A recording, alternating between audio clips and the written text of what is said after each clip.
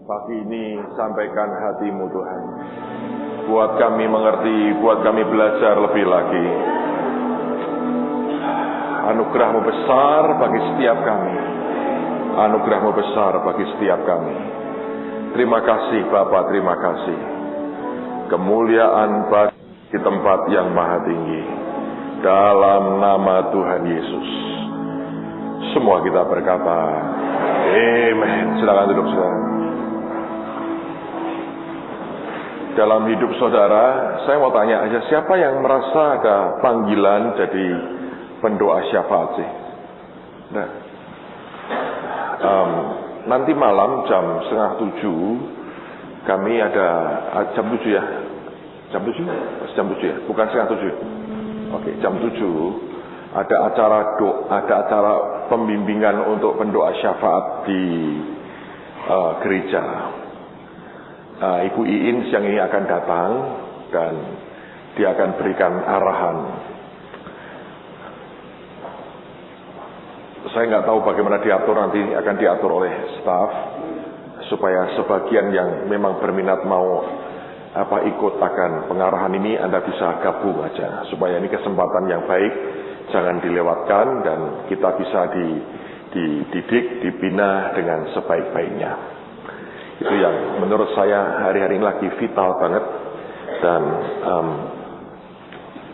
ke depan ini akan ada begitu banyak hal yang harus dilewati. Tapi kalau kita punya gereja Tuhan, punya orang-orang berdoa yang tahu apa yang harus dikerjakan, akan sangat-sangat luar biasa. Saya bahkan memperhatikan bahwa akhir-akhir ini para pendoa-pendoa itu sudah sebegitu detailnya ketika mereka dapat dari Tuhan. Dan buat saya itu merupakan good sign ya, tanda yang bagus sekali buat gereja. Dan sekaligus merupakan warning bahwa kalau Tuhan sampai memberikan ketajaman seperti itu, maka intensitas peperangan rohani yang kita mesti hadapi dan lewati juga makin lama akan makin berat dan tidak mudah untuk kita bisa jalani sama-sama. Jadi saya berharap bahwa di tengah-tengah kita juga, bahkan semua kita akan dibawa Tuhan jadi orang yang tahu bagaimana berdoa, tahu bagaimana berperang dengan baik, tahu bagaimana kita bisa jalan seperti yang Tuhan mau dalam setiap pertempuran. Kemarin ada seorang teman, Pak Hengki, cerita dengan saya. Dia baca bukunya Rick Joyner yang menceritakan bagaimana dia bertemu dengan seorang anak kecil usia 8 tahun. Dan anak ini dalam usia 8 tahun dipakai Tuhan untuk berperang. Dan Tuhan berkata, kamu belajar dari anak ini. Dan karena ternyata ibu dari anak ini itu tidak bisa dalam peperangan itu melewati sebuah batas garis tertentu, itu tidak bisa. Dan ternyata di garis itu lawan yang dihadapi itu para pengejek, roh pengejek, pencemooh. Nah, kita ini orang kalau sudah dewasa, itu kesadaran akan diri itu kuat sekali, ya. Nah, itu membuat itu rasa malu kita ini tambah lama tambah kuat. Semakin Anda kecil, saudara tidak tahu malu, ya toh? Kalau gede itu dibilang tidak tahu malu, itu kita malu banget sebetulnya. Tapi ketika kita masih anak-anak, engkau melakukan apapun nggak berkata, nggak aneh. Gitu, Anda mainan seperti apapun nggak aneh.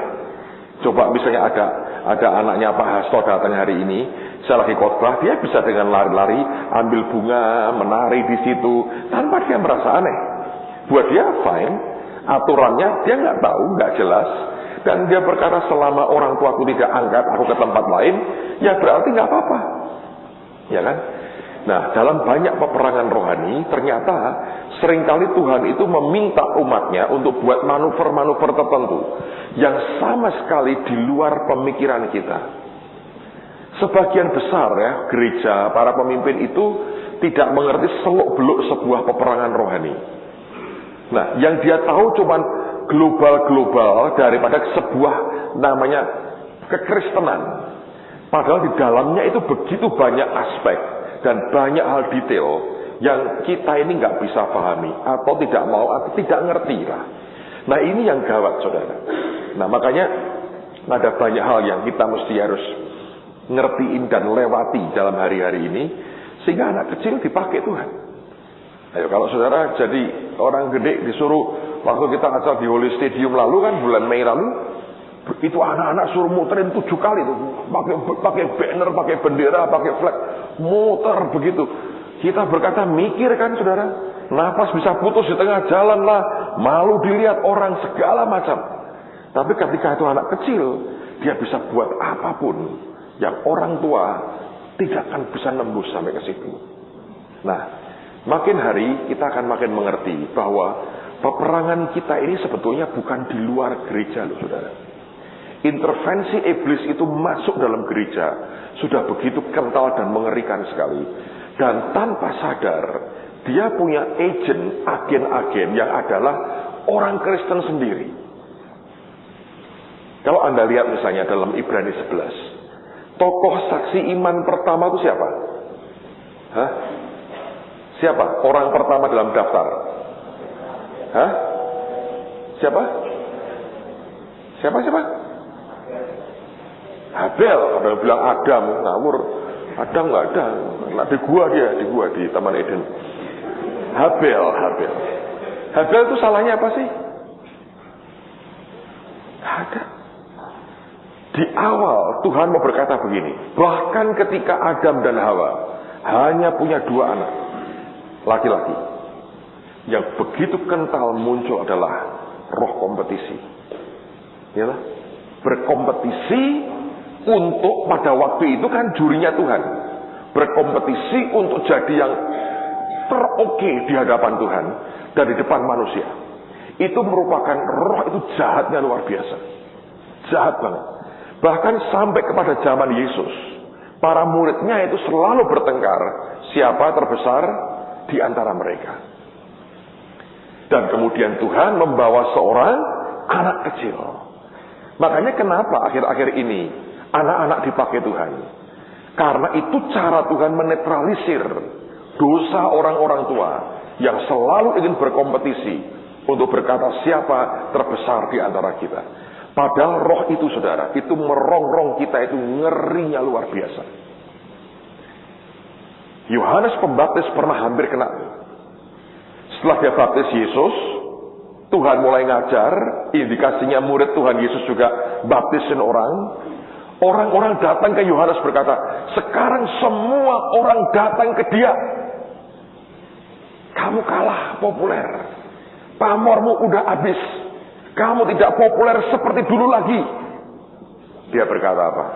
Orang tidak bisa mendapatkan apapun kalau tidak menerimanya dari surga. Nah, cuma berapa banyak orang yang bisa lepas dari roh kompetisi seperti ini. Selalu ingin berkata bahwa aku yang terbaik, I am the best. Nah, kalau itu terus dalam hidup kita dibiarkan, itu akan merongrong, menghancurkan, merusak kehidupan kita luar biasa. Dalam gereja Tuhan, ini juga masalah. Anak kecil, saya tahu ada kompetisinya, tapi tidak sesengit orang dewasa. Karena orang dewasa kalau sudah kompetisi, dia bisa buat apapun untuk menjatuhkan lawannya. Nah, tanpa sadar, yang dia coba mau jatuhkan, apakah reputasinya, apakah apapun dalam hidupnya, nama baiknya, setiap kali mau dijatuhkan, tanpa disadari dia melukai hati Tuhan sendiri. Karena yang diserang, yang mau dijatuhkan adalah anaknya Tuhan sendiri. Anda bisa bayangin betapa konyolnya dalam gereja. Orang dengan gampang saling tikam. Kalau Anda baca di Perjanjian Baru, ada selengkap senjata Allah, itu ada namanya breastplate, ya toh? Breastplate itu hanya untuk dada. Baju sirah itu di dada, di punggung. Kalau Anda lihat itu ya, itu nggak ada proteksinya. Di depan ada perisai, ada pedang begini, ya kan? Ada baju sirah, semuanya breastplate. Punggungnya siapa yang jaga? Yang jaga saudaranya sendiri, anak Tuhan sendiri. Tapi yang nikam siapa? Ya, anak Tuhan sendiri. Ya kan? Nah, ini mesti Anda perhatikan betul dalam hidup kita. Karena kalau tidak, kita ini konyol, saudara. Kita ini konyol banget. Konyol banget. Satu hal yang Anda harus mengerti dan camkan ini baik-baik. Setiap kali sorotan mata Tuhan tertuju kepada saudara, jangan pernah bermimpi hidupmu akan tenang sejak hari itu. Serius. Jangan pernah bermimpi hidupmu akan tenang sejak hari itu. Kau tidak akan pernah bisa tenang secara daging. Tidak akan pernah bisa tenang. Anda akan ada dalam suatu pusat perhatian yang begitu mengerikan. Dari pihak Tuhan oke, dari pihak yang lain akan sangat berbahaya. So ini bagian-bagian dari sebuah pergulatan, peperangan rohani yang kita sebagai anak-anak Tuhan, hamba-hamba Tuhan, Anda harus mengerti akan hal ini. Dengan begitu kita akan sangat-sangat paham apa yang harus kita lakukan untuk Tuhan ketika Dia perintahkan kita melakukan sesuatu. Amen. So pagi ini saya mau teruskan.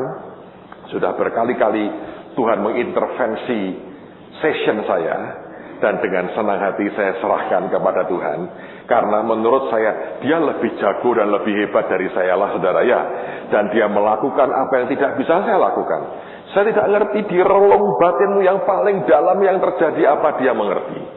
Saya bisa sih buat Anda nangis, tak injek kakimu 2 jam Anda nangis lah. Tapi Anda akan keluar sakit hati.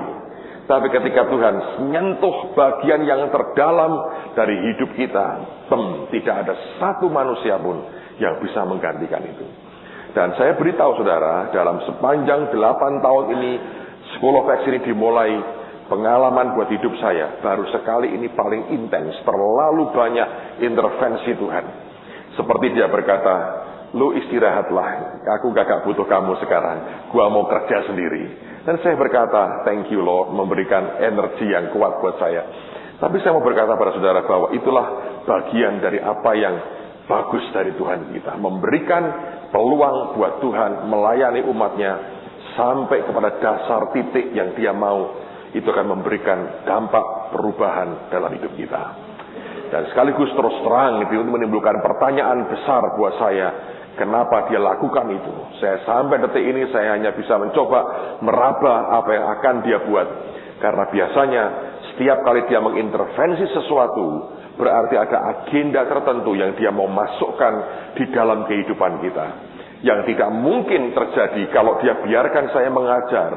Walaupun apa yang Dia mau saya sampaikan Tuhan yang berikan itu. Tapi ada saat-saat tertentu Dia berubah dan Dia berkata, ada agenda yang sangat penting harus masuk dalam kehidupan kita secara pribadi maupun secara bersama-sama, dan ini perlu. Dan pada waktu itu Dia akan melakukan itu, membuat iblis bahkan akan tercengang dan kaget dan bengong berkata, wow, seperti itu yang Dia buat dan tidak pernah bisa diduga. So hari ini kita teruskan, hopefully kalau Tuhan intervensi ya terserah. Tapi menurut saya Tuhan ini waktunya tinggal setengah jam lebih dikit. Kalau engkau mengintervensi juga boleh. Tapi menurut saya Dia akan mau saya mengajar selesaikan sebagian yang harus diselesaikan dalam minggu ini. Dan minggu depan Pastor Harold Gingrich akan melayani saudara. Anda akan nikmati, spiritnya akan sweet banget, suami istri. Saya harap mereka berdua akan nyanyi duet dan akan oke banget, membuat banyak orang diberkati. Ini teman baik saya. Saya juga sekaligus salah seorang anggota board, advisory board, Dewan Penasihat dari gereja dia di Topeka, Indiana. Dan teman lama, teman baik sekali. Dan tiap tahun dengan setia datang ke Indonesia mengajar. Dan selama sebulan dihabiskan waktunya di Indonesia. Dan kami berteman sangat baik. Dan kemudian tahun ini dia akan datang. Kalau tidak salah putranya satu akan ikut dengan dia. Dan saya percaya juga jadi berkat yang luar biasa. So Anda akan nikmati berkat weekend ini yang tidak pulang. Ibu Iin akan melayani kita hari malam ini jam 7 khusus untuk para pendoa.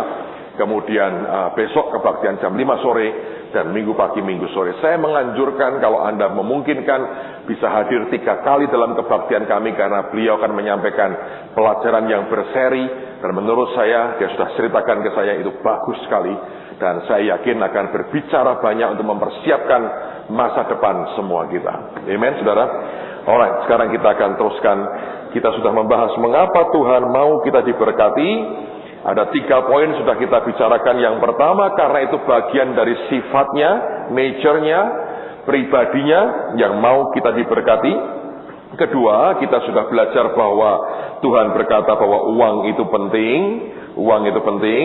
Orang yang beristri memusatkan perhatian kepada perkara-perkara duniawi. Dengan demikian dia menyukakan hati siapa? Istrinya. Jadi kalau Anda mau kawin, saya beritahu bahwa cinta itu berat di ongkos.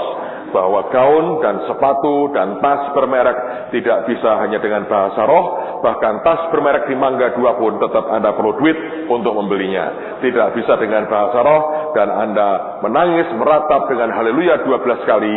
Tidak akan pernah membawa tas palsu itu nyampe ke rumah istrimu. So saya mau beritahu bahwa uang itu penting. Dan Tuhan mau kita diberkati sederhana. Dia melihat bahwa kita perlu itu. Yang ketiga, uang itu adalah amplifier. Ada kota yang berhikmat dan ada kota dikepung, ada oleh musuh, ada orang miskin berhikmat, dengan hikmatnya dia selamatkan kota, tapi orang miskin itu tidak dikenang orang. Amplifier, uang itu amplifier. Saya berkali-kali KKR di berbagai kota, dan selalu ini yang kami buat, kami kumpulkan para pendeta, dan kemudian kita berkata, kami datang rombongan, kami ingin jadi berkat buat kota Bapak, buat KKR kesembuhan ilahi. Nanti kapan-kapan kita puterin beberapa klip yang saya buat di tahun lalu. Tahun ini kita belum lakukan sama sekali KKR seperti itu. Jadwal saya ketat banget, dan mungkin akan kita minta dari Tuhan, kalau Tuhan boleh ada 1-2 kota kita mau layani tahun ini. Tapi ini yang menarik. Setiap kali saya datang ke sebuah kota, saya kirim tim untuk mendahului. Maka pertanyaan yang diajukan para pendeta bukan, kapan mau dibuat, kami antusias, kami ingin jiwa-jiwa diselamatkan, tidak. Pertanyaannya, duitnya siapa yang nanggung ongkosnya? Itu aja. Heran sekali ya, tidak ada, hampir nggak pernah ada pertanyaan yang orang berkata, amin, ini penting buat kami, ya kita mau manfaatkan. Kalian datang nggak kami undang dengan biaya sendiri, kami mau gunakan supaya jiwa-jiwa diselamatkan, kami mau ikut ambil bagian, ini biaya kami tanggung. Hampir nggak pernah ada. Begitu rapat, semua manggut-manggut, oke, mereka berkata, ya bagus sekali, bagus sekali, bagus sekali. Terus pertanyaan pertama, biayanya siapa yang nanggung? Kalau kita berkata ada yang nanggung, mereka berkata, oh izinkan kami rapat dan doa puasa dulu. Berapa lama? 400 tahun lamanya kami akan berdoa. Dengan kata lain, mereka tidak akan pernah mau. Tapi setiap kali kami berkata, dan kami sediakan semua biayanya, langsung amin, setuju. Uang itu amplifier, saudara. Kenyataan, kita kenyataan yang menyedihkan yang saya lihat hari ini masih ada di tengah-tengah kita seperti itu. Bahkan ini, saya cerita apa adanya buat saudara, inilah realita kehidupan. Kita rundingan, sudah begini aja. Pokoknya semua biaya kami akan bayar semua. Buat budget, itu bisa di markup gila-gilaan saudara. Terjadi itu. Dan kita ini pengalaman, kita bukan anak kecil yang gampang dibodohin. Lihat biaya begitu, kita berkata, tidak bisa. Itu nanti yang hebat ya, biaya makan panitia, gede banget. Ini mau makan apa panitia? Kita potong, kita berkata, hari itu doa puasa. Itu mereka ngamuk betul saudara. Aneh itu memang. Ya, udah beres itu sudah ngomong budget, berantem tuh. Berantem. Karena sambil mereka mau KKR, mau nikmati duitnya. Lalu kemudian kita berkata gini, semua biaya kami bayar, ada persembahan nantinya, persembahannya kami bawa pulang. Kami pakai untuk kota lain. Setuju ya? Setuju. Setuju karena mereka kan berkata, ya kita kan nggak bayar apa-apa, ya persembahan silakan aja lah. Dan mereka selalu berpikir, pasti akan minus lah. Kita ngerti, kita orang-orang kita kan nggak punya uang. Hanya mereka tidak tahu, hanya mereka tidak tahu, hanya mereka tidak tahu apa yang kami tahu dan apa yang kami punya dan apa yang Tuhan lakukan, saudara. Dan setiap kali persembahan, selalu surplus. Dan pernah terjadi, sudah saya duga, surplus kira-kira 2 juta. Berubah? Boleh nggak itu 2 juta tetap ditinggal di kota ini? Ayo. Kalau saudara ngerti uang ya, itu mengerikan. Mengerikan banget. John Evans ini, itu berkali-kali ngalami seperti itu. Dia itu selalu setelah kebaktian di sebuah tempat, sebagian besar tidak mau terima dia lagi. Saudara tahu kenapa?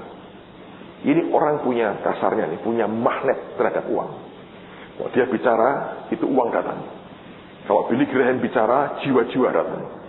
Benny Hinn bicara, kesembuhan terjadi. John Evans ini datang, duitnya datang. Ayo. Dia ngalami gini, berkali-kali kan. Dia bilang ini, oke, aku mau datang.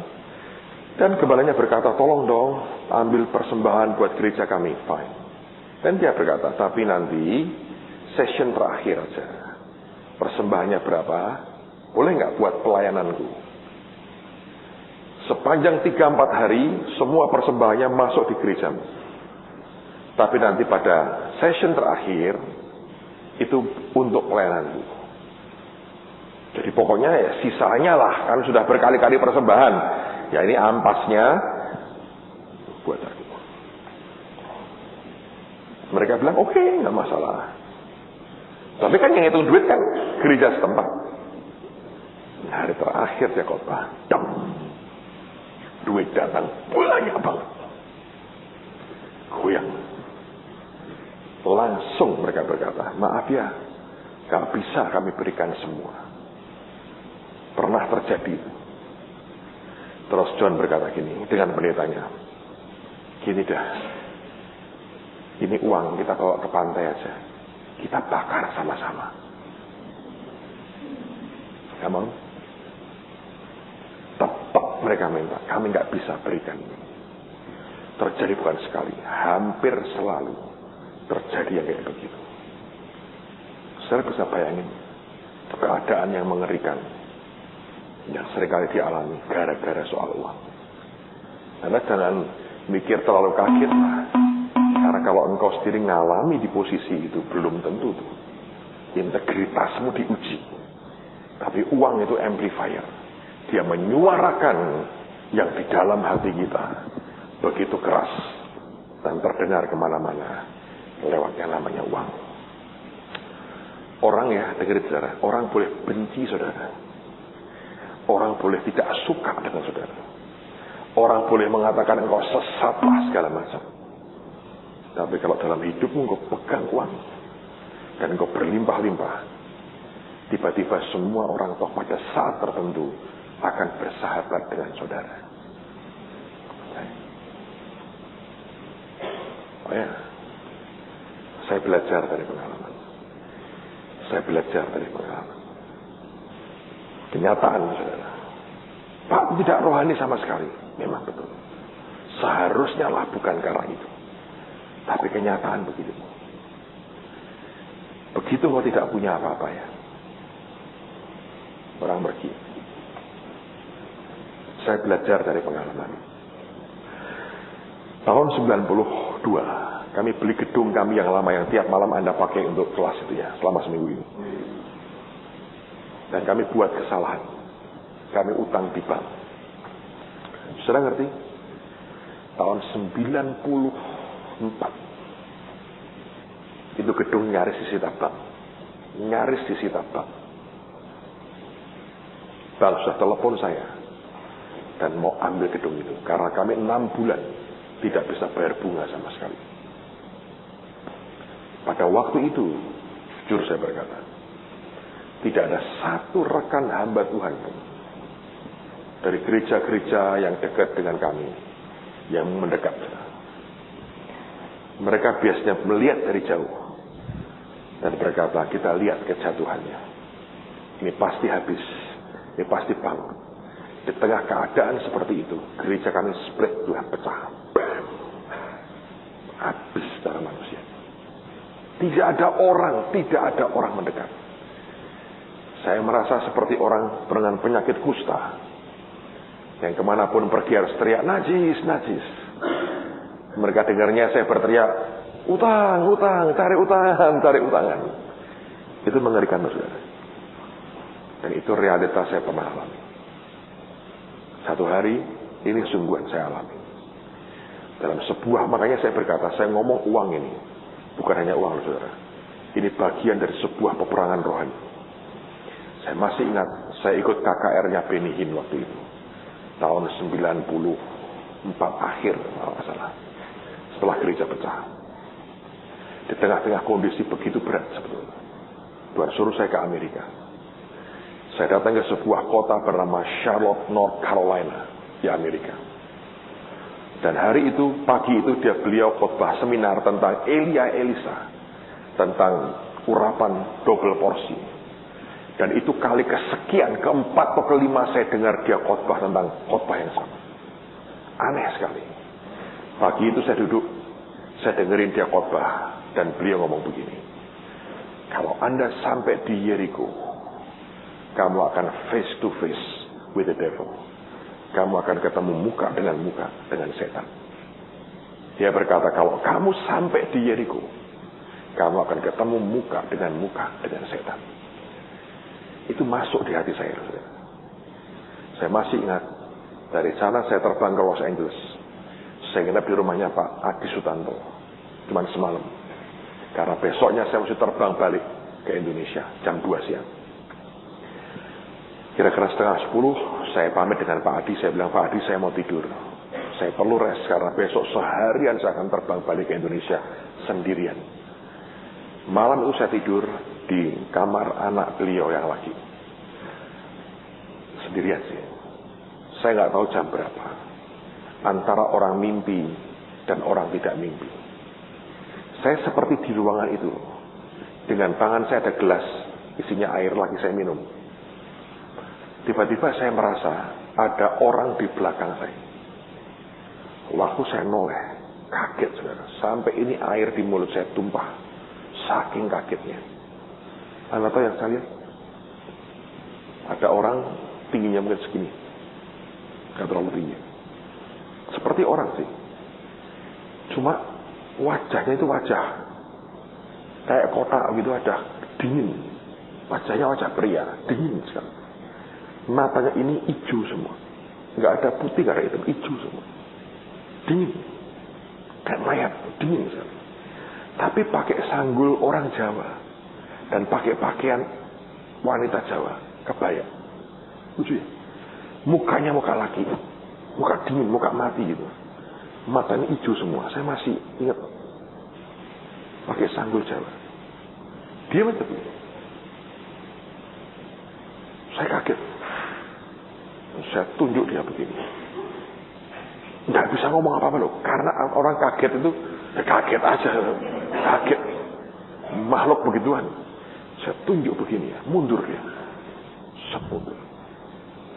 Begitu tahu mundur, saya kejar, tunjuk lagi begini. Dia mundur lagi. Itu tembok ya. Dia tembus tembok. Dan hanya muncul di jendela begitu. Dan pada waktu itu saya lebih tenang. Saya bilang, dalam. Baru belum nama Yesus. Dia kabur. Saya bangun. Hadirat jahatnya masih kuat. Saya doa sebentar, saya tidur. Besoknya pagi-pagi saya bangun. Ngobrol dengan Pak Adi. Setelah sarapan. Saya bilang ini, Pak, Bapak pernah lihat setan? Pernah ketemu setan? Dia bilang nggak pernah. Dia bilang kenapa? Saya cerita. Tadi pagi atau tadi malam saya ketemu Pak. Terus Pak Adi berkata gini, jangan-jangan anakku diberi temannya barang-barang tertentu yang ada kuasa gelapnya ya. Saya bilang enggak. Tidak ada kaitan dengan anak Bapak sama sekali. Ini kaitannya dengan saya. Dia bilang kok bisa kaitan dengan kamu? Sebab pakaiannya pakai pakaian Jawa. Saya bilang itu spirit. Itu berurusan dengan saya. Cuman detik itu saya tidak tahu. Spirit apa saudara? Saya tidak tahu sama sekali. Dan kemudian saya berkata dengan Pak Adi begini. Saya tidak kebetulan Benny Hinn ngomong. Pada waktu kamu sampai di Jericho, kamu akan face to face. Muka dengan iblis. Dan tadi malam saya ngalami Pak Adi. Saya berkata aku sampai di Jericho. Ini pasti runtuh. Karena aku bisa ngapasi dan aku menang. Aku mau lihat nanti seperti apa. Dia bilang, ya saya juga mau tahu. Efeknya apa buat hidupmu? Saya berkata, pasti ngefek. Saya bilang, pasti ada efeknya. Udah? Saya pulang Indonesia sendirian. Dalam hati ada pertanyaan besar. Apa yang bakal terjadi? Saya bersaksi pada saudara. Saya pulang. Dalam waktu relatif singkat sebetulnya. Relatif singkat. Apa yang terjadi? Gereja mengalami terobosan dalam hal keuangan. Sampai hari ini. Semarang ini dikenal sebagai kotanya orang kikir. Oh ya, kikir banget. Kalau ada orang kaya di sini, mereka bisa naik Mercy, mereka bisa beli mobil mewah. Hanya keluar Sabtu Minggu. Hari biasa naik Kijang mereka. Oh, rendah hati? Enggak, kikir. Kikir. Disimpan di garasi, enggak pernah dipakai. Ya memang sih kadang-kadang jalan juga tidak. Mereka, ntar kena angkot lah, kena becak lah, kena segala macam. Tapi itu yang terjadi. Pernah dibuat survei, kenapa mall tidak bisa tumbuh pesat di Semarang? Akhirnya, ini dari universitas di Semarang. Mereka menyimpulkan dua kemungkinan. Satu, orang Semarang memang tidak punya uang. Atau yang kedua, mereka punya uang kalau belanja ke Jakarta atau ke kota lain. Dan setelah diteliti lagi, itu orang-orang yang hobinya belanja, suka belanja, tidak pernah belanja di Semarang, ke Jakarta atau kota lain belanjanya. Karena banyak yang punya rumah di luar negeri ternyata. Dan kalau belanja, nggak tanggung-tanggung mereka. Tapi nggak pernah belanjakan uangnya di Semarang. Makanya tidak pernah growing dengan bagus. Kenapa? Keluar kota. Kenapa kok bisa begitu? Nggak tahu.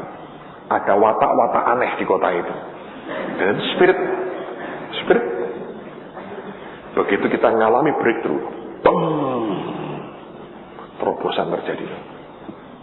Ngerti saudara? Dan itu yang seringkali tidak dimengerti oleh orang. Begitu kami ngalami terobosan, semuanya berubah dalam waktu singkat sebetulnya. Utang kami lunas. Kami bisa selesaikan renovasi gedung itu sampai tuntas. Semua selesai. Dalam waktu singkat, 97, semua selesai. Dan begitu selesai 97, kami setia kembalikan perpuluhan yang kami terima, berapa perpuluhan, taruh sinode. Itu lama-lama toh orang ngerti bahwa tiba-tiba kami bisa beli ini, bisa punya ini. Semuanya berkembang, semuanya growing, prosper, makmur, limpah. Dan tiba-tiba jadi primadona. Semua orang mendekat. Semua orang mau lengket kayak perangko katanya. Uang. Saya lihat dengan sedih sebetulnya. Karena saya tidak melihat sebuah ketulusan. Saya melihat sebuah kepentingan. Oh ya, kami generous, Tuhan ajari kami tetap murah hati. Tapi itu menyedihkan, saudara. Tapi itu menyedihkan. Kalau gitu Pak, kita tidak mau begitu. Dengan cara kami tidak punya uang. Percayalah, tidak akan pernah terjadi orang mencintaimu begitu rupa tanpa kamu punya sesuatu. Sebab uang bagaimanapun amplifier. Ya, tetap ada sih menurut saya orang cinta tulus kepadamu. Tapi tidak banyak lah saudara. Tidak banyak. Dan bagaimanapun hikmatnya, Alkitab berkata, orang miskin dan hikmatnya itu tidak diingat lagi. Ini fakta yang mengerikan dan menyedihkan. Tapi saya minta Anda lihat realita kehidupan hari ini. Itulah sebabnya Tuhan mau kita diberkati. Tuhan mengerti realita manusia seperti itu. Ya, dia tahu. Dia ngerti kok. Dia ngerti. Dia ngerti. Kami di gereja ini dikenal gereja yang suka buat sensasi dan kontroversi. Ya, saya mengerti itu.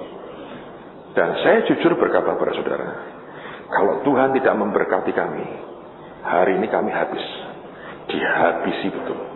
Dihabisi. Tapi seringkali orang toh akan datang juga di saat orang membutuhkan. Tapi saya berkata itulah realita. Tidak perlu sakit hati. Kenapa harus sakit hati? Karena itu memang realitanya. Jangan pernah bermimpi semua orang cinta saudara. Gak bakalah. Sampai Habel yang gara-gara memberikan persembahan yang lebih baik aja harus mati karena itu. Jadi kalau Anda berpikir bahwa kalau engkau sudah benar, engkau baik, semua orang akan cinta saudara, believe me, tidak akan terjadi. Orang akan makin membenci Anda, iya. Anda akan ditekan, dianiaya, iya. Tapi menurut saya lebih baik jadi orang yang dianiaya daripada jadi orang yang menganiaya. Lebih baik Anda digosipkan daripada Anda menggosipkan. Lebih baik Anda diomongin jelek di luar daripada engkau harus ngomongin orang lain jelek di luar. Nggak bergunalah. Kalau kita jadi orang yang teraniaya, jauh lebih baik daripada engkau jadi orang yang menganiaya orang lain. Kalau engkau diomongin jelek oleh siapapun, lebih baik daripada dari mulut kita harus keluar omongan jelek tentang orang lain. Ya kan? So, hidup kita harus cool, relax, ya toh? Sit back, relax, kata pramugari, and enjoy your flight, ya toh? Nikmati penerbanganmu, santai saja, tidak usah panas hati, nikmati semua dengan baik. Kenyataan di dunia begitu. Engkau boleh berkata, saya sudah baik Pak, saya dianiaya. So what? Memang begitu. Di daftar pertama ada Habil, yang sudah begitu oke, tidak pernah nyalai Kain, tidak pernah. Dia gembalakan dombanya sendiri. Dia tahu yang Tuhan suka. Dia berikan yang Tuhan suka. Itu menimbulkan masalah. Ya kan? Itu menimbulkan masalah. Yang membuat Yusuf harus dijual ke Mesir dan sebagainya secara manusia, ya karena dia dicintai bapaknya lebih dari yang lain. Dan hal seperti itu wajar dalam kehidupan kita. Makanya kalau Anda ingin jadi orang yang jadi favoritnya Tuhan, mikirlah 2 kali. Apakah Anda siap menghadapi orang-orang yang akan terus merongrong hidupmu hanya gara-gara itu? Tapi sisi lain mari kita percaya, kita punya Tuhan yang adil, Tuhan yang tidak buta, Tuhan yang tidak tuli, Tuhan yang mengerti segala sesuatu di dalam keadilannya. Dia tahu anak nakal, anak baik. Dia tahu anak yang cerewet, anak yang pendiam. Dia tahu anak yang suka usil. Dia tahu anak yang baik-baik, saudara. Ya, so jadilah anak Tuhan yang baik-baik, tidak usil, tidak jahat sama orang lain. Tidak usah ngomongin orang lain, karena ukuran yang kamu pakai diukurkan kepadamu. Marilah masing-masing kita lakukan yang harus kita lakukan seperti yang Tuhan mau. Hidup akan lebih enteng, sejahtera, nikmati, umur panjang, bahagia dengan Tuhan. Bukankah yang lebih baik? Oke? So, ada 3 hal mengapa kita diberkati Tuhan. Yang berikutnya,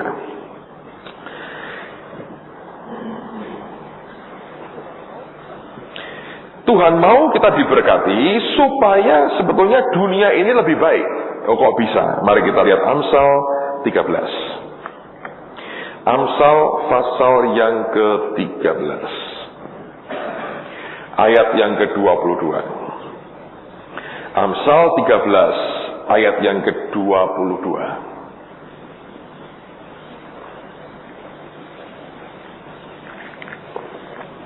Alkitab berkata, orang baik meninggalkan warisan bagi siapa? Anak cucunya. Amsal 13:22. Orang baik meninggalkan warisan bagi anak cucunya, tapi kekayaan orang berdosa disimpan bagi siapa? Orang benar. Lihat pasal 15.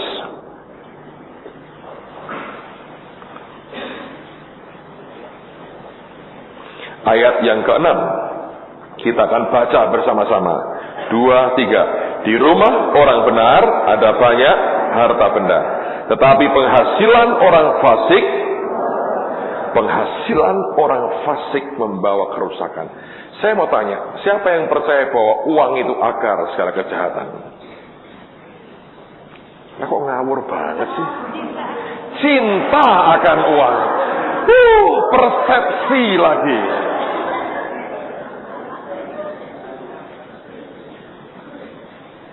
Orang Kristen tuh, siapa yang percaya langsung tanpa ngerti dong, otomatis gitu.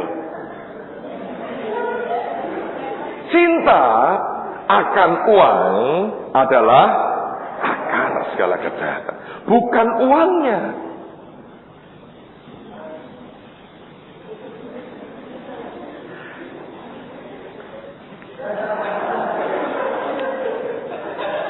Lebih baik kita ngomong realita lah.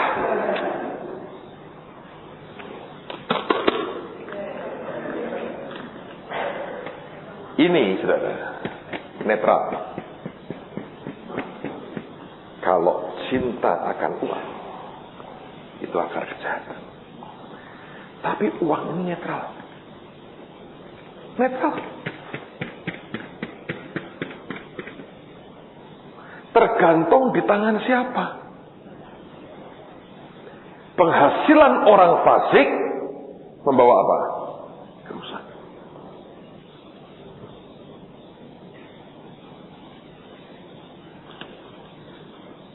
Kalau uang ini di tangan penjudi, jadi apa? Kira-kira? Hah? Ditaruh di meja judi. Apa untuk beli kartu? Kalau ini jatuh di tangan perokok, jadi apa? Jadi asap. Asap kan? Kira, jadi asap. Kalau ini jatuh ke tangan teroris,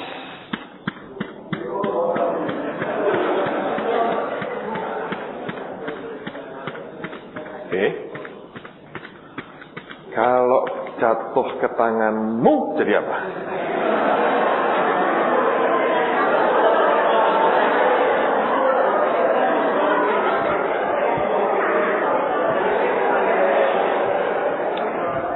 Karena tak ada suara bulat, saya kantongin lagi.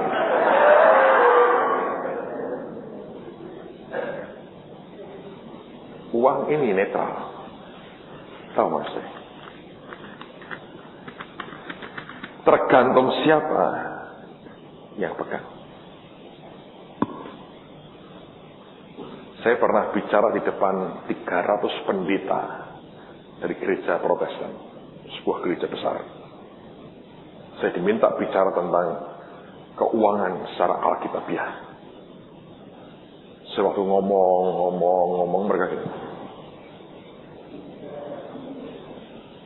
Begitu ngomong. Saya keluarin duit, mereka terbuka matanya. Uang itu amplifier lah. Kalau aja dikasih ayat,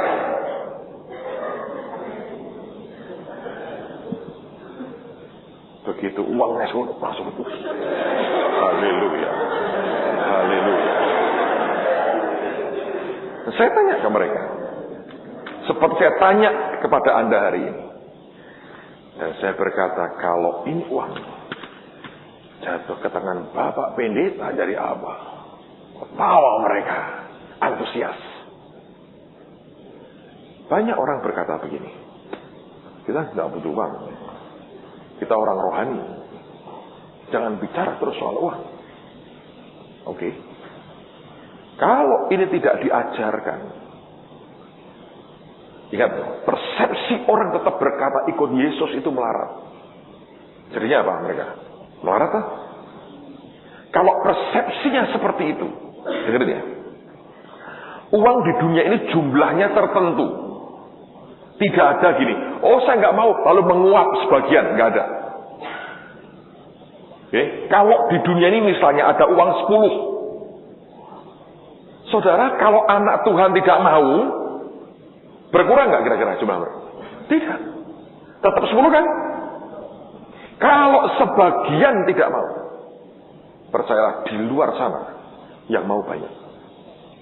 Yang mencari dengan segala cara untuk bisa mendapatkan uang ini banyak banget. Kalau engkau tidak mau, ada banyak yang mau. Kalau yang mau itu orang jahat, rusak gak dunia ini? Rusak.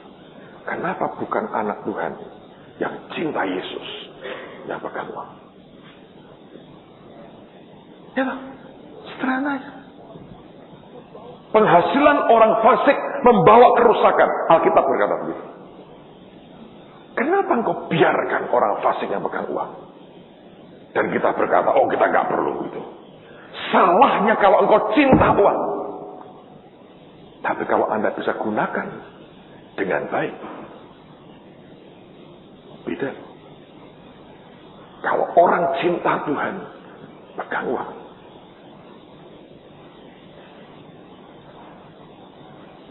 Mengubah banyak hal. Ini yang tidak pernah disadari oleh gereja. Orang tidak mau bicara soal uang di dalam gereja karena mereka pikir itu akar segala kejahatan. Salah. Kalau engkau cinta uang, itu akar segala kejahatan. Maka saudara, kenapa Tuhan mau kita diberkati? Supaya lebih baik. Dan yang terakhir sekali, setelah ini nanti ada break, ada tes menarik sekali. Tidak usah belajar, harusnya Anda bisa semua. Satu aja menurut saya yang akan harus Anda lawan adalah batas waktu. Serius. Kalau tes ini tidak ada batas waktunya, seminggu misalnya, 100 semua. Masalahnya adalah kita belum hidup dalam kekekalan.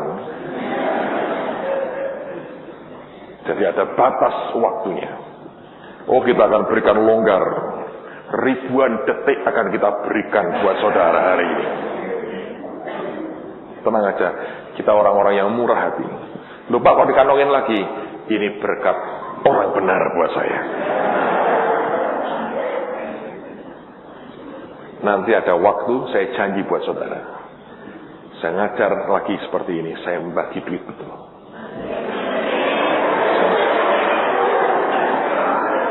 Anda harus berdoa puasa supaya Anda yang betul. Serius, saya lakukan ini di Pakistan. Orang jadi crazy, orang jadi gila. Saya diajak Merlin Hickey waktu itu, dia buat KKR. Saya diminta untuk ngajar paginya di seminar 3.000 pendeta hadir waktu itu. Dan Merlin ngomong sama saya, dia bilang, Pastor Petrus, budget untuk acara ini gede sekali. Dan aku mau sebagian ditanggung orang Pakistan. Tapi mereka tidak mengerti soal memberi, tidak mengerti soal keuangan. Aku beri kamu sekian session, tolong ajari soal keuangan. Saya ngomong keuangan, luar biasa. Pakistan. Terus saya janji, saya belum tahu kapan lagi saya ngajar ya, mungkin bulan depan ada schedule saya. Saya janji next time. Kecuali Tuhan intervensi, terus ya.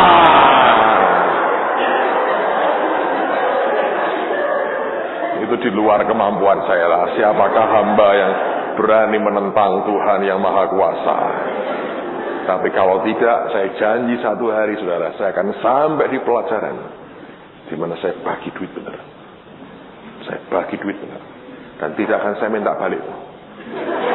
Benar. Kalau perlu saya tanda tangan duitnya. Bagi duit.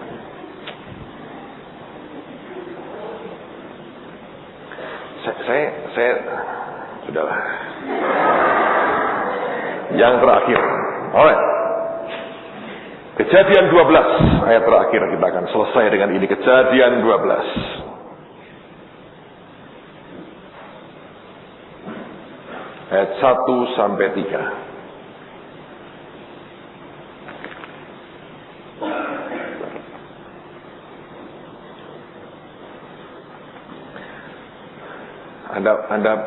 Anda suka memberi. Kenapa saya lakukan itu?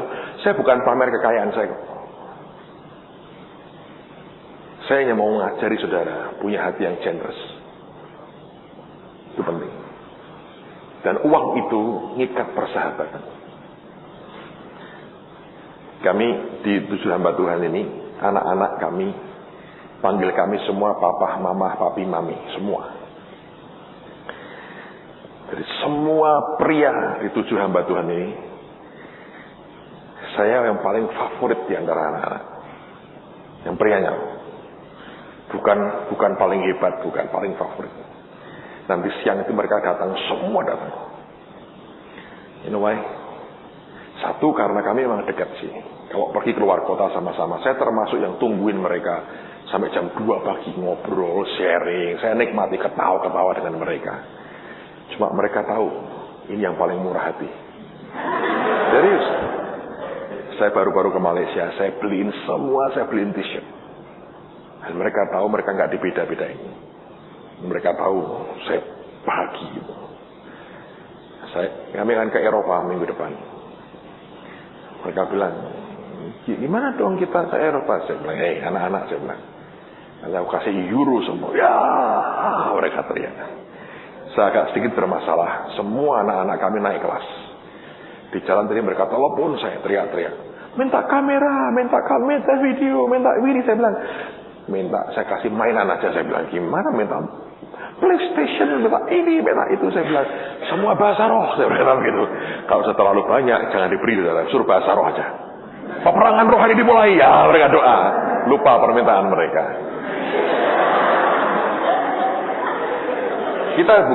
Saya nggak mau manjain mereka dengan harta sih. Tapi saya suka berkati mereka. Itu membuat mereka, anak-anak itu happy. Kadang-kadang anak itu, ini nggak boleh nih, jangan ini. Keterlaluan juga sih. So kalau Anda bisa punya blessing, Anda punya berkat, bless somebody, berkati orang. Berkatilah. Amen. Saya sungguh-sungguh akan bagi duit, tenang aja. Saya bagi duit. Saya akan pakai satu ilustrasi. Saya akan bagi duit. Dan di situ saudara ngerti fungsinya. Tapi yang kedua, ada spirit yang saya mau masukkan ke dalam saudara. Dan itu roh kemurah hatian. Kalau itu masuk dalam dirimu, ajaib banget. Kejadian 12. Setelah ini Anda break, Anda perlu relax. Karena Anda harus melawan waktu. Bukan bantesnya, percayalah. Itu Anda boleh buka Alkitab. Dan semua ada di Alkitab. Hanya masalahnya ketemu nggak nyarinya di Alkitab, itu masalahnya. Makanya saya berkata Anda akan berkejaran dengan waktu. Oke? Beruntung bahwa yang full time beruntung. Menurut saya Anda tidur lebih segar. Kalau yang part time tadi malam nonton bola sehingga dia agak ngantuk. Kejadian 12 ayat 1-3. Berfirmanlah Tuhan kepada Abram, pergilah dari negerimu dan dari sanak saudaramu dan dari rumah bapamu ini ke negeri yang akan kutunjukkan kepadamu. Perhatikan, aku akan membuat engkau menjadi bangsa yang besar dan memberkati engkau serta membuat namamu menjadi apa? Dan dikatakan, engkau akan apa? Kenapa Tuhan mau Abraham diberkati pada ujungnya? Supaya dia jadi berkat. Supaya dia jadi berkat. Itu aja. Tuhan di muka bumi ini hanya punya satu perwakilan. Namanya gereja. Dia tidak punya perwakilan lain. Perwakilan namanya gereja atau tubuh Kristus. Siapa itu?